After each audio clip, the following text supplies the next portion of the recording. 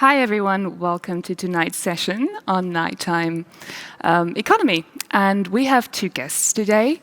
I would like to say a big welcome to Lena and Mirik. Hello to you.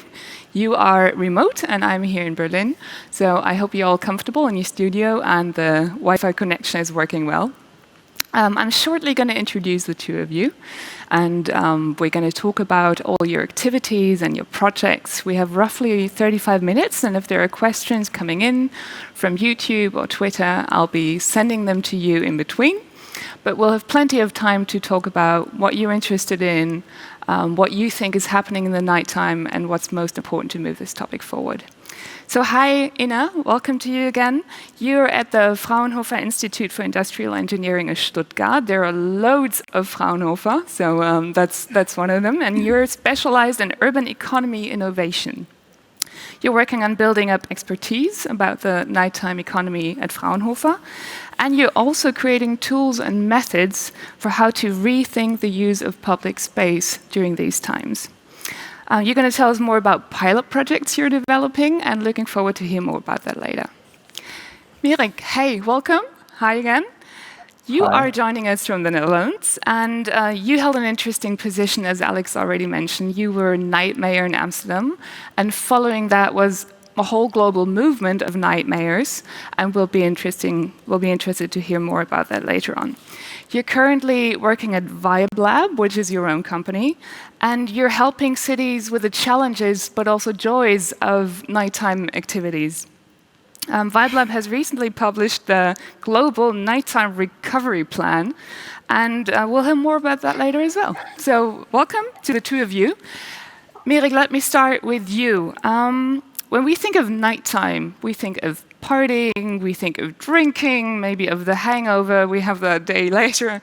And when all that is over, what does nighttime actually mean to you? And how did you come about that job as a night mayor?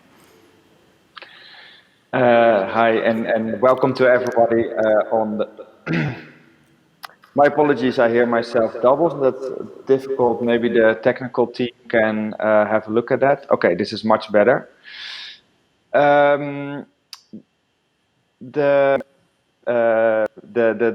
night is a place where definitely a lot of people come together.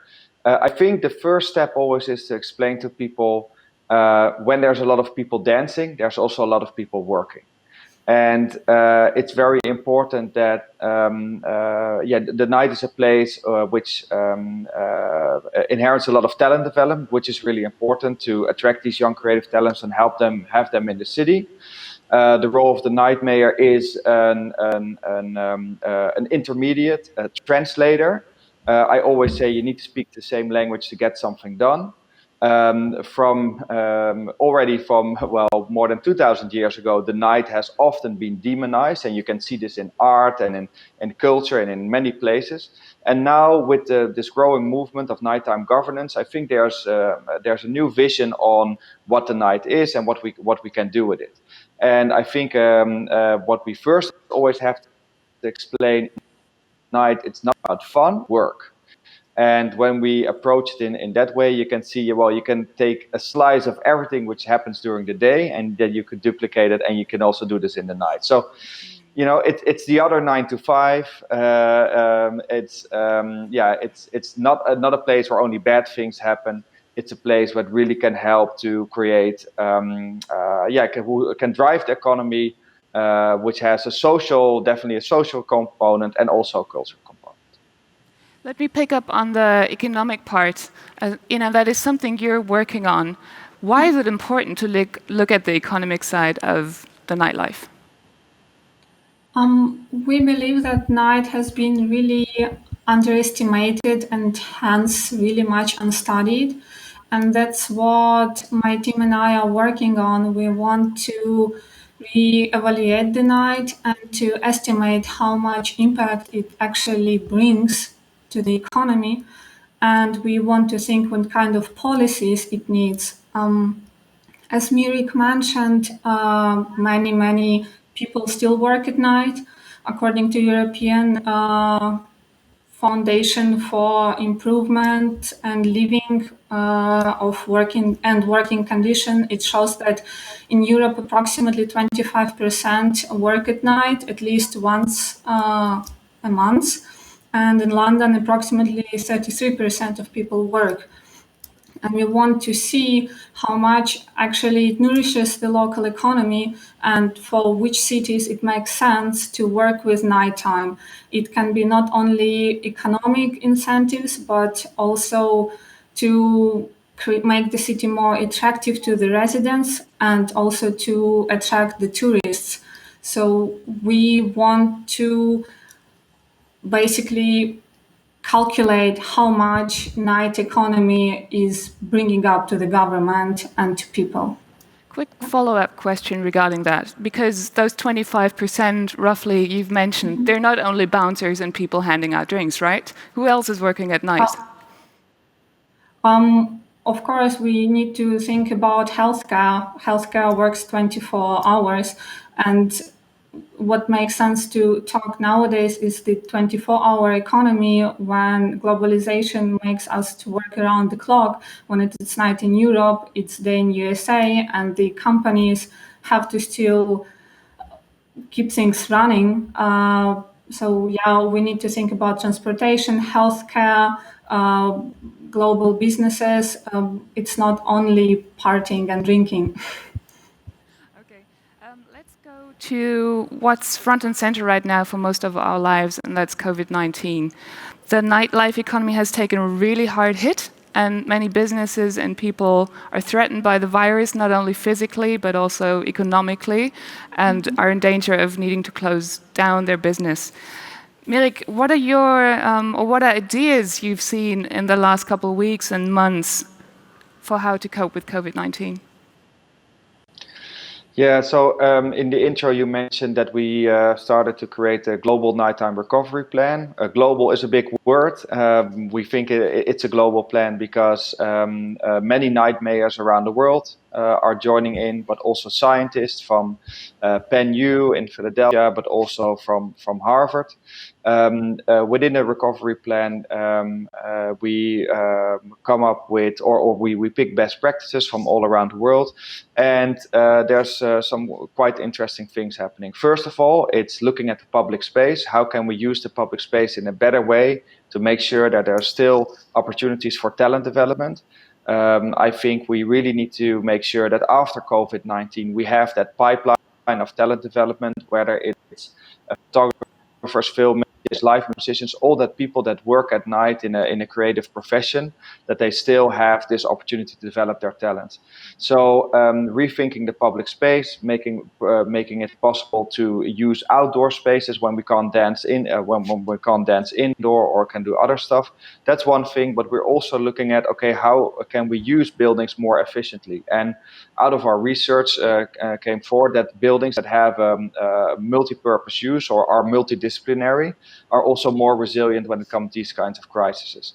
It hurts my heart to say this, but there are some good, there's one really famous venue, for example, in London, the Village Underground. They use their space for a bike storage. Well, this is of course not what I want, but this is something which is interesting to look at. But also other venues, for example, in Berlin, Berghain, one of the most famous venues in the world at the moment, they transform their industrial place into an art gallery for installation. For example, Olafur Eliasson, an artist people might remember from the Sun that he created in the Tate Modern. He also did was part of that show. So you can see that we are not we're not speaking about small artists. This can be really something which is really valuable. And I think many, definitely when it comes to nightlife operators, they don't even, they want government support, but it's more about, okay, let us operate, let us do something new and innovate, because nightlife operators are natural organizers. And I think this is really important to always stress. They will find their way. Not maybe with COVID-19, it's definitely more difficult. But those are some examples of how we can deal with the changing situation and then make sure that pipeline of talent development is still up and running after COVID-19. Thank you. Ina, when you hear about that multi-purpose use of spaces, what do you think of? What's your take? Well, that's actually what we are currently working on and thinking of a project to launch and to see how exactly we can use this space and to learn from current situation, not to see it as much as a problem, but use it as a learning curve to extrapolate this knowledge for the post-pandemic time. What we have been thinking is to maybe track the movements of people at a certain public space in order to prevent spread of the virus, to use more data-based approach, and to work with it, because what currently we are having now, it is a crucial point. We can learn from this pandemic reshaping of the usage of space, and after in post-pandemic time to move these plans and the way we are working with the space into the night. You mentioned some methods and tools you're thinking about. Are there already concrete prototypes you're working on that you can share with us in your work? Yeah, so to give a little intro, the idea about the tool is to see what kind of cities, for which kind of cities it makes sense to have nighttime economy and for which not. If we talk about Berlin and London and Amsterdam, they are really big cities and their nighttime economy is rather a natural response for the demand. But when we talk about middle-sized and smaller cities, we need to think, would nighttime economy actually bring them the economic, would it make sense economically or not? Or it would just make the residents happier and attract tourists, what also can cause inter-economic benefits. And what we were thinking is to create a tool that would help cities to decide if it makes sense to foster nighttime economy at their territory or not, to evaluate how much people are involved into working at night, how much is turnover of the night businesses, what are the multiplier effects, and how nighttime economy is fostering generally the economic development. At the moment, we are being at the really, really early stages of this tool development. So I would rather think that's what we are aiming for, to launch a few projects, to learn from them, and to have the first prototype maybe middle of next year or end of 2021. Thank you. So there's no one size fits all, apparently. Mirik, from your experience, you've also been consulting cities, right, on how to develop a good plan for exactly that city. How does that sound to you? No, like I can agree a lot with what Ina just said. Like we think that you should look at the night not only from an economic perspective, but also from a more cultural perspective. That's the reason why we created a tool called the Creative Footprint, because measuring creativity is something which is very difficult to do, and I think it's really important to have that inside knowledge. We look at a city as when there's a lot of creative spaces, there will also be the city will also be very attractive for young creatives to come and live there. Definitely, when a city has a 24-hour system or licensing system, then that really helps to spark innovation. And I think that's what. This creative power, that's what makes cities unique. It's what shapes identity. It's the reason people don't move to London for the weather, London for and the cultural activity the city has. And therefore, it's really always good to compare the economic impact and also make sure that you can measure creativity. Because in my opinion, the business model cities is not in favor of the creative community, because their business model is to always develop the land prices, to develop the land, and to make sure that they can close their budget with the sell or the sell of land. and that fights against these creative communities, because you can go to a chain for coffee or for clothing. You can do that in every city, but it's those unique places and those unique communities that give the city the identity and why people move there. All right, thank you. I'd like to talk about some challenges. For a lot of people, it's about being out and dancing and listening to music, while others are living where other people are partying. And how do you solve that muddle of conflicts and interests, where some people actually want to live and some people want quiet and some people want to party? How do you solve that? Yeah, so if what we have done when we created the strategy for Amsterdam, together, of course, with the fabulous previous mayor Eberhard van der Laan, we really looked at you really have to look at your inner city on a street level basis, and there's three things we looked at. It's the public space. How's the public space set up? Is it easy for people to move around? Secondly, we looked also at including that as things like lighting, but we also looked at how do people feel safe at night, and what can we do through host programs and host programs. So people that patrol the streets every Friday and Saturday. How are complaints dealt with in a city, and definitely at night, the system to report a complaint and to get a response is for many cities very difficult. So in Amsterdam, we worked with a technology that connected the city resident to the community officer, which was in the neighborhood, and out of the data came that really often when there is a report made, that then there is somebody, but they're like two or three blocks away. And by the time this trickles down through the system, and this person can respond to the call for disturbance, then the disturbance is already gone.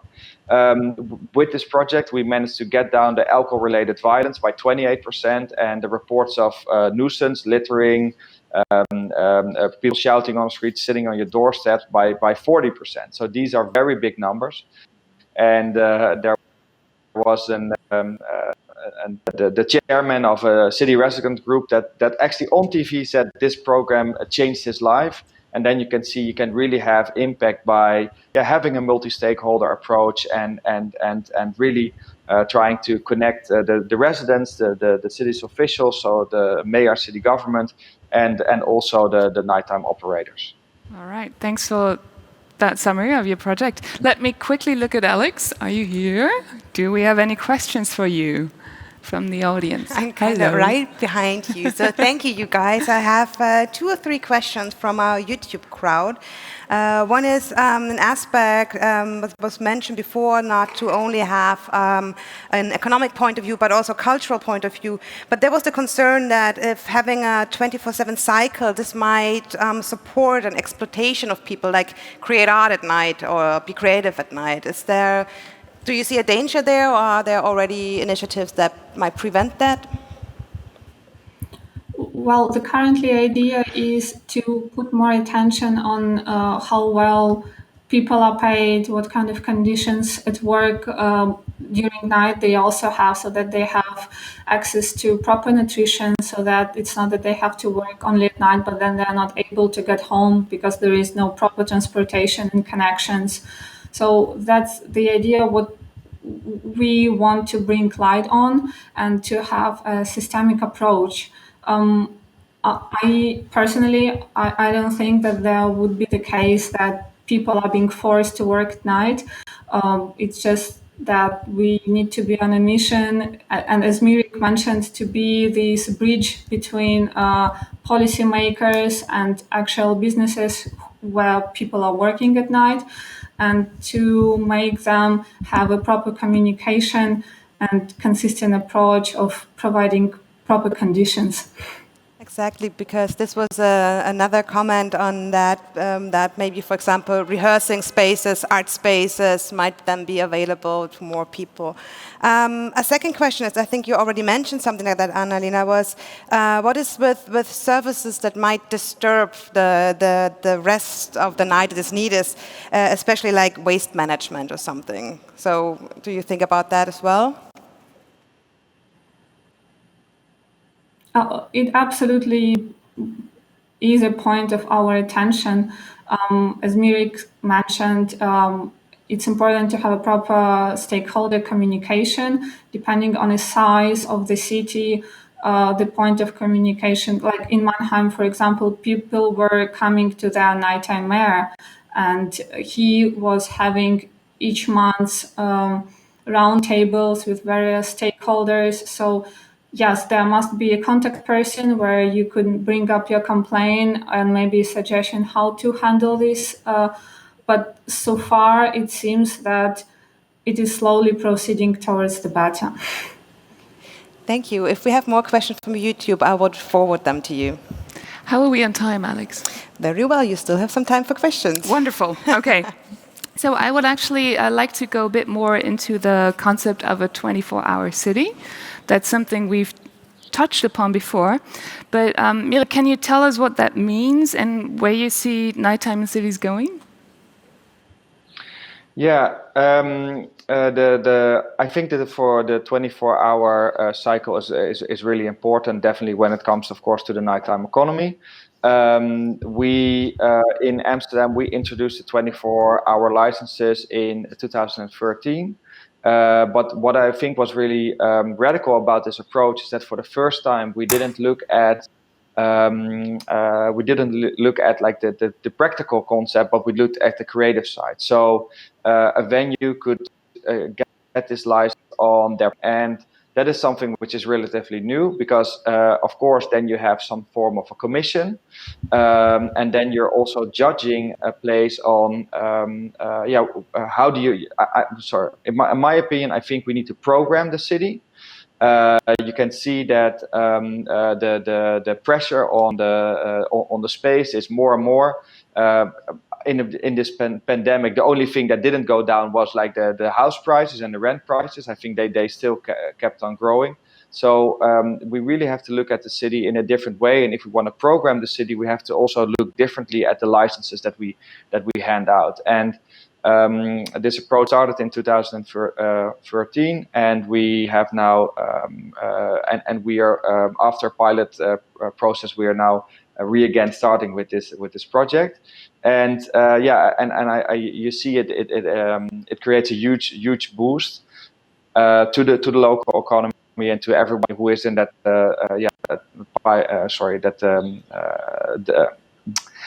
pardon. You can see that there's all the creative benefit really from having these venues because there's just more time to program and it helps to develop more talents in this space. And and we are working across time zones much more. So having libraries which are open, having gyms which are open 24/7, and those things really add on to the 24-hour cycle, and that creates also a lot of secondary jobs that are connected to these businesses. You just mentioned, I found that interesting, programming the city or reprogramming it. And Ina, you said something about collecting data and tracing. Let's talk a bit more about the use of technology within the nighttime economy. Ina, can you explain a bit more about how you use technology to advance that topic? A really great example, there has been an experiment of handling the issues at nighttime. As we know, one of the quite big issues that people have to handle is heavy drinking, fights, louds, and there was an experiment where at the main streets where the main bars are located, better lighting was established, and they gathered data that there were decrease of approximately 30 or 35% of incidents at that street. I think that nowadays we can use sensors to check the movements of people at night, at which locations are the most of the conflicts. The same way we can also check the transportation and make it more demand oriented. So I think there is almost indefinite number of variants how we can use technologies nowadays. Mirik, what's your take on that, the technology part? Yeah, of course, there's always like, we definitely also use data as well. And I think it's important. I think it's important that we also arm creative communities with data. That's also what we did with the creative footprint. That research was done in Tokyo, New York, and also in Berlin. But of course, the night is also a place where you maybe want to that you're not always traced. So I think within Europe we have really good privacy protection at the moment, which I'm really happy about. That's also a difficulty with COVID-19, of course. Yes, we want the venues to open. We want music festivals to start again. But if you do contact tracing, how does that interact with your privacy? So if these things are all done anonymously, and we can guarantee that the city is taking care of their data, that I'm of course for it. But we respect people's privacy when they go out at night. Lena, is that something you consider in the design of your pilots, data privacy? Of course, I think in Germany there is no way not to consider it. Otherwise, we will not be approved. Okay, so I picked 3 movies for you, and you get to choose one. 3 nighttime movies, and the first one is Taxi Driver. The second one is Before Sunrise, and the third one is Saturday Night Fever. So which one would you watch? Oh, Taxi Driver, guilty. Yeah, so like, yeah, I'm definitely also in for Taxi Driver. So maybe we can stream it. Great idea. We'll do a virtual hangout tonight, and we'll watch Taxi Driver together. Yeah. That's quite a sinister movie. Okay. So regarding the cities you live in, what's the most obvious apparent change you've noticed in the last couple of months? You know, I can. Yeah, you can start. Okay. No, so what I realized is that definitely the nighttime economy is that socializing is really part of our DNA, is a part of who we are, and it also works into your mental health. Unfortunately, the mayor of Amsterdam had to announce a rule, which was called, actually it's non-dancing law. So if people in a venue are dancing, then the venue can get shut down immediately for 1 month. Well, for me, that is like really the most saddest thing I've heard to the day. I think it's really at this moment many illegal events happening. There's many house parties are happening. So people will also venture out to socialize. And I think it's not the solution to say, well, you can't dance anymore. I hope that, and that's also something we're researching in the Global Nighttime Recovery Plan. What can we do with rapid testing? I think that would be one of the solutions. That's how we can hopefully transfer to get out of this system, because like when the whole entertainment and music, like also sports and also theater, definitely when the cultural sector, I heard in Amsterdam, it was down by 63%, and we really need to make sure that we can save our culture, and a lot of that happens at night. And is there something in your immediate surrounding that you've noticed? I could say that we are lucky in Stuttgart to have really good weather all this time, and all the action moved from inside outside. So the moment we were allowed to meet again, there started meetings events on rooftops or in nature. Currently, there are appearing cinemas under the open sky. So people need to socialize, and creative industries, of course, find ways to make it happen. So I'm happy that local government is allowing it and supporting this to happen. Otherwise, I'm not sure how it's gonna happen in October and December when it's get colder, how to still preserve the fun aspect and entertainment, social distancing, still being in a closed space. I think this will be a really big challenge that we will have to take on. But currently Stuttgart totally is managing it.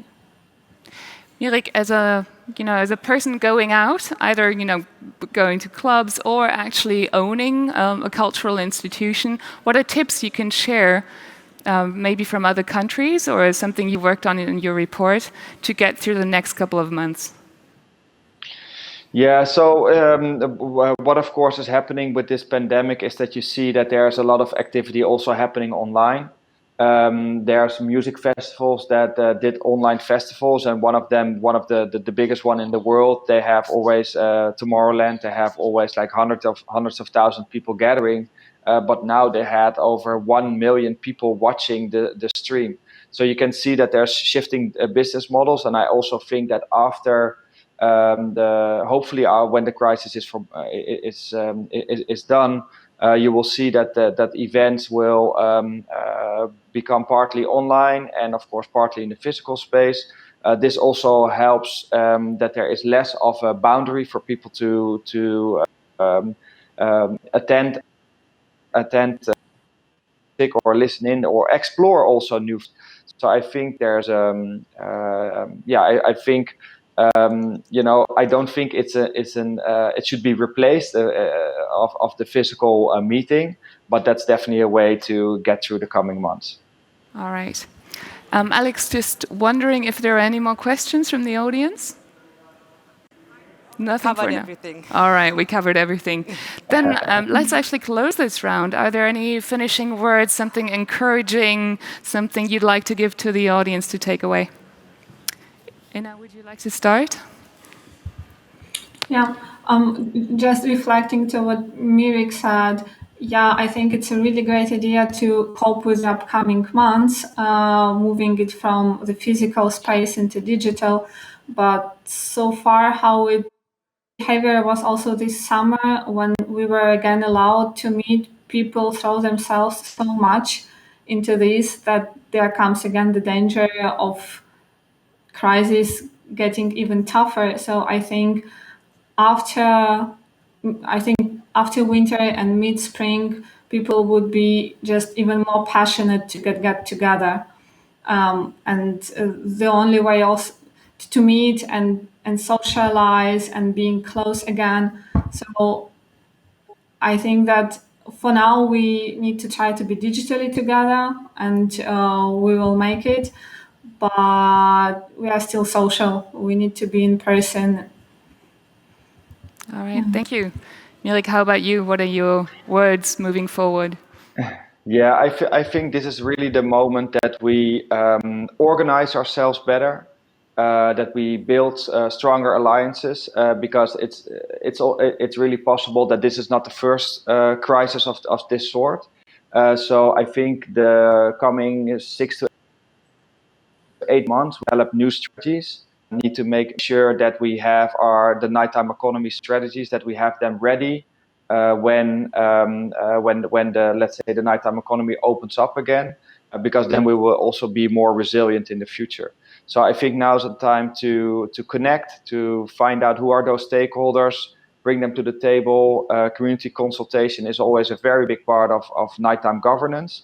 And if we have everyone aligned, then I definitely agree with Ina. People will be super willing to work harder, maybe dance more, and socialize again how we used to do, because that is really the DNA of human beings.